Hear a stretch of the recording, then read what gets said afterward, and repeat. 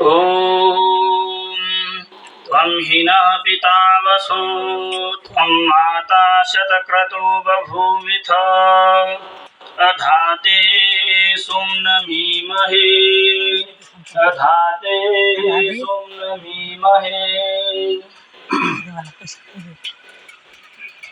समादरणीय मंचस्थ विद्वज्जन, धर्मप्रेमी सज्जनों, माताओं, बहनों, नौजवान साथियों, प्यारे ब्रह्मचारियों, प्रसन्नता का विषय है। हम स्वामी दयानंद सरस्वती जी इनकी 200वीं जन्म जयंती के अवसर पर यह कार्यक्रम कर रहे हैं। देखिए, जब हम किसी महापुरुष की जन्म तिथि मनाते हैं अथवा जन्म जयंती मनाते हैं अथवा अन्य कोई दिन मनाते हैं उनके विषय में, महापुरुषों के बारे में, तो उसका उद्देश्य यह होता है कि हम अपने इतिहास को जानें। हमारे महापुरुषों में जो त्याग भावना थी, हमारे महापुरुषों में जो ओज था, जो तेज था, जो बल था, जो शक्ति था, जो सामर्थ्य था, जो परोपकार की भावना थी, जो देशभक्ति थी, उन बातों को जानते हुए हम अपने वर्तमान को अच्छा बनाएं। इसीलिए ये कार्यक्रम मनाए जाते हैं और हमारे अतीत को देख के हम अपने वर्तमान को अच्छा बनाएं। हमारे पूर्वजों में जो अच्छाइयाँ थी, उन अच्छाइयों को हम अपने जीवन में धारण करके हम अपने वर्तमान को अच्छा बनाएं और अपने भविष्य की अच्छी योजनाएं बनाएं। तो हम अपने अतीत को देख के अपने वर्तमान को और अपने भविष्य को बनाना चाहिए, लेकिन वैसा नहीं हो पा रहा है। हम केवल कार्यक्रम करते हैं। कार्यक्रम करते क्यों है, उसके पीछे क्या उद्देश्य है, ये ना तो कोई बताते हैं ना अधिक लोग जानते हैं। अतीत को जानना, उस महापुरुष ने हमारे लिए कितना बलिदान दिया, कितना त्याग था, कितना सर्वस्व समर्पण किया उस व्यक्ति ने, कितनी देशभक्ति की विचारधारा थी उनके मन में, इन बातों को जानने, समझने के लिए, बताने के लिए, सुनने के लिए ऐसे कार्यक्रम किए जाते हैं। तो हमें इस कार्यक्रम से ये समझना है कि स्वामी जी के जीवन में कितना त्याग, कितना समर्पण, कितना ब्रह्मचर्य की शक्ति, ये सारी बातों को समझते हुए अपना वर्तमान अच्छा बनाना है और अपने भविष्य की संभावनाओं को अच्छा बनाना है। अभी विषय दिया गया है संस्कारों के बारे में। ऐसे विषय मुझे मेरा था नहीं, मेरा भी आज रात को ही है, लेकिन ये अचानक आदेश आया, आदेश का पालन करने हेतु मैं यहाँ पे उपस्थित हूँ।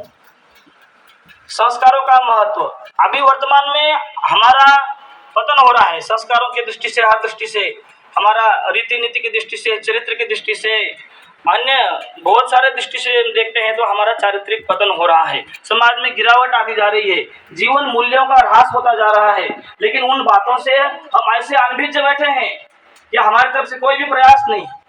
देखिए, जब कोई चिड़िया होती है, चिड़िया के घोंसले में जब उसके छोटे छोटे बच्चे होते हैं तो उसके बच्चों को खाने के लिए जब कौवा या कोई बड़ा पक्षी आता है और उसके बच्चों को खाने का प्रयास करता है तो चिड़िया अंतिम दम तक अपने चोंच से प्रतिकार करती है, उस बड़े पक्षी को हटाती है, उससे लड़ती है अपने बच्चों को बचाने के लिए। लेकिन अब मेरे समाज में, मेरे घर में, मेरे देश में धर्म का ह्रास हो रहा है, अर्थ का नाश हो रहा है, रीति नीति का ह्रास हो रहा है, जीवन मूल्यों का ह्रास हो रहा है, लेकिन हम अपनी चोंच खोल नहीं रहे, ना हम अपना कुछ कोई प्रयास ही नहीं कर रहे।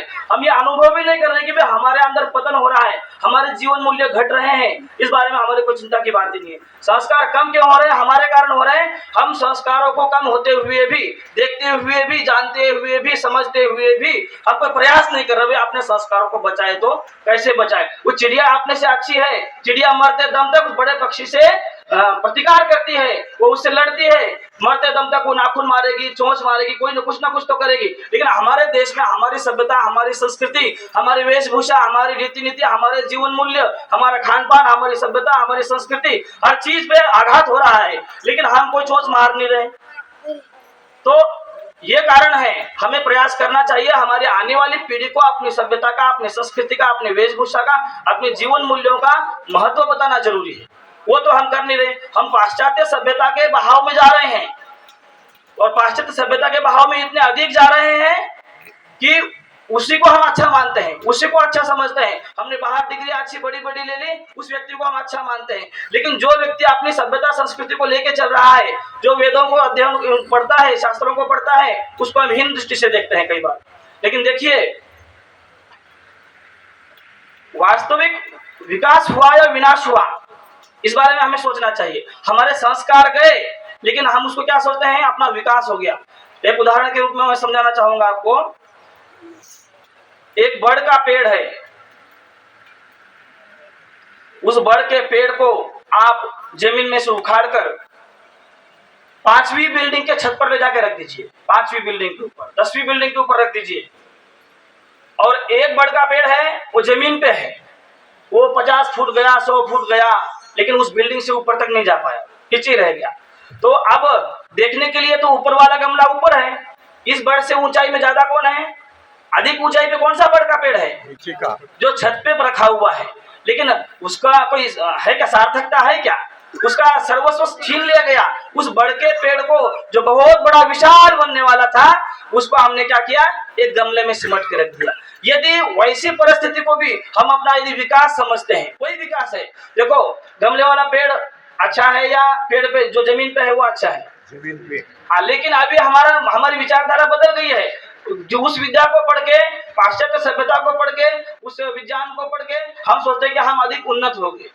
अरे आप छत पे हो ठीक है, लेकिन आपकी जड़ें कहाँ तक है, आप धरती से हट गए। धरती से हटने के बाद में कोई व्यक्ति कितना भी आकाश में चला जाएगा ना, वो वास्तविक उन्नति नहीं है, वो वास्तविक विकास नहीं है। इसीलिए हमें वास्तविकता को समझना है। यदि हमें अपनी उन्नति करनी है, अपने संस्कारों को बढ़ाना है, अपने आने वाली पीढ़ी को संस्कार यदि देने हैं, तो हमें क्या है, धरती को पकड़ना है। धरती को पकड़ के चलो। और आपकी धरती, आप क्या है, वेद है, आपकी संस्कृति है, आपकी सभ्यता है, आपके जीवन मूल्य है, आपके शास्त्र है।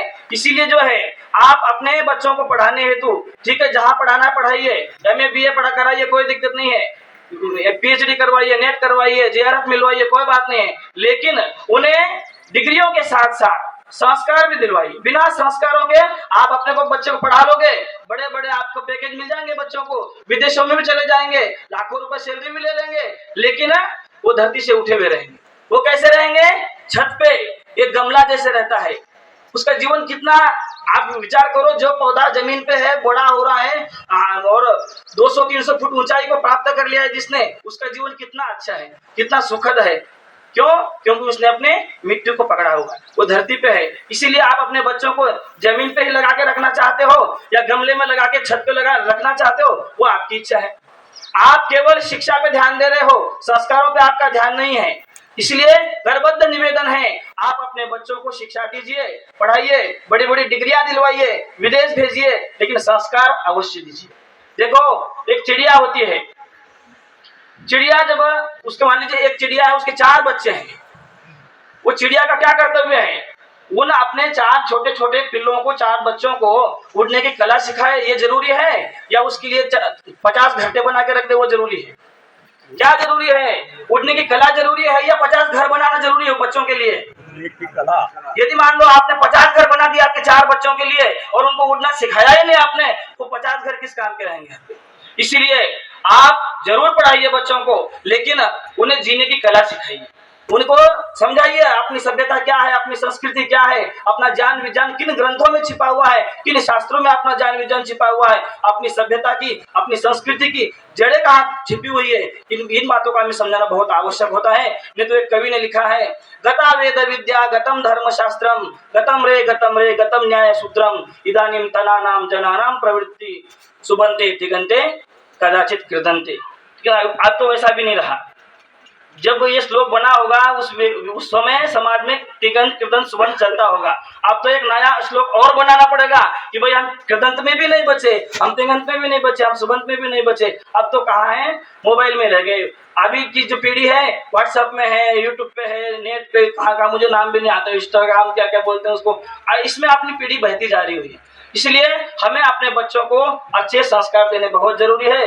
आप मान लीजिए बहुत पढ़ा लिए, देखो गुरुकुल में पढ़ा हुआ विद्यार्थी और कॉलेज में पढ़ा हुआ विद्यार्थी, उसमें अंतर क्या है? देखो, हमारे मामा जी बोलते थे भाई पढ़ा हुआ विद्यार्थी गुरुकुल का है, ये कॉलेज का पढ़ा हुआ है, इनमें अंतर क्या है? कैसे पहचान में आएगा कि ये गुरुकुल का पढ़ा हुआ है और ये कैसे पहचान में आएगा ये कॉलेज का पढ़ा हुआ है? उसके सींग तो नहीं निकलते हैं, पूंछ तो नहीं आती निकल के, फिर पहचाने कैसा कि भाई ये गुरुकुल का पढ़ा हुआ है? उसकी यदि विचारों में दृढ़ता है, उसके विचारों में यदि सात्विकता है, उसके विचारों में यदि निस्वार्थ भावना है, उसके विचारों में यदि परोपकार की भावना है, तो ये समझ लेना कि ये व्यक्ति गुरुकुल का पढ़ा हुआ है, हर संकट से वो लड़ सकता है। देखो बाहर पढ़ा हुआ व्यक्ति विमान चलाना जानता है, लेकिन संकट की घड़ी में अपने आप को कैसा चलाना वो उसको ये समझ में नहीं आता है।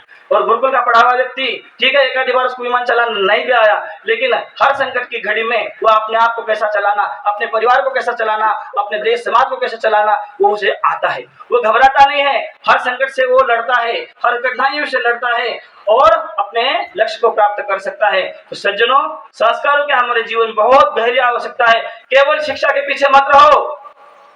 एक विद्वान ने बहुत सुंदर कहा है, आप इतना अधिक भी मत कमाइए, आप इतना अधिक भी मत कमाइए जब आप मरने की अवस्था में हो और आपके बेटे डॉक्टर को बुलाने की बजाय वकील को बुला के ले आए।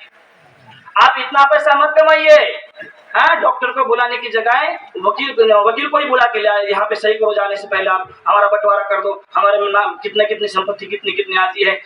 ऐसी परिस्थिति आने मत दीजिए, नहीं तो पश्चाताप के अलावा कुछ नहीं बचेगा।